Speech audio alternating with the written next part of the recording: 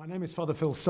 I became a priest in 1976 after having served as a deacon in Ancoats for a year. And when I was asked the question about where I wanted to serve, I said, as long as it's in a city, I don't really mind. So I got moved, as it were, from Ancoats over to Hume. But even before I came to Hume, I knew it as a boy in school. I was at boarding school at St. Bede's on Alexander Road in Moss Side, or Whalley Range, however you want to describe it. And so I used to walk into town from St. Bede's on Alexander Road, and you'd walk through Hume at that time. And it was the old houses, so it was before the crescents went up.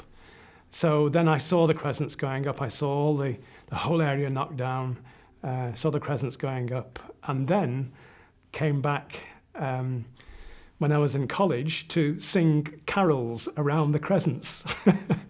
So this would have been in about 1974 or something like that.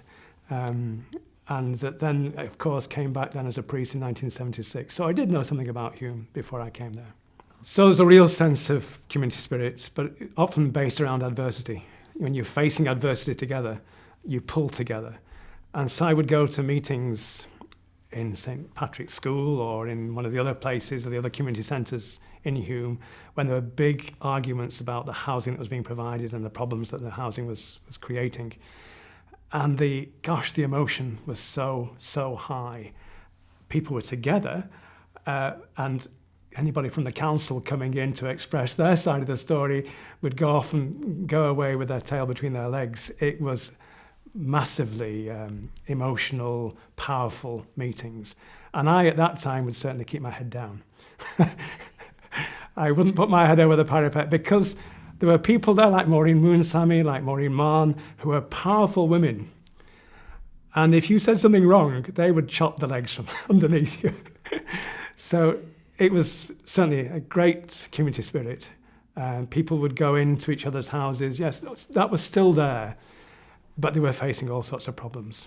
So the housing that had been put up, the crescents that were there when I was there, the lifts didn't work, the dogs would roam free, and if somebody like myself were visiting along the crescents, going on a landing, and the dogs would all be protecting their particular house. So I used to go up with a blackthorn stick, one of the old Irish blackthorn sticks, and I wouldn't hit the dogs, but I would keep them at bay with the stick.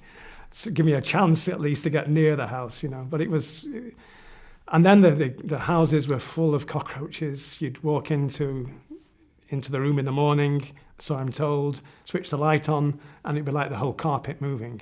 It was horrible stuff in some places because there was damp and central heating together, and that was creating the perfect circumstances for the cockroaches to thrive.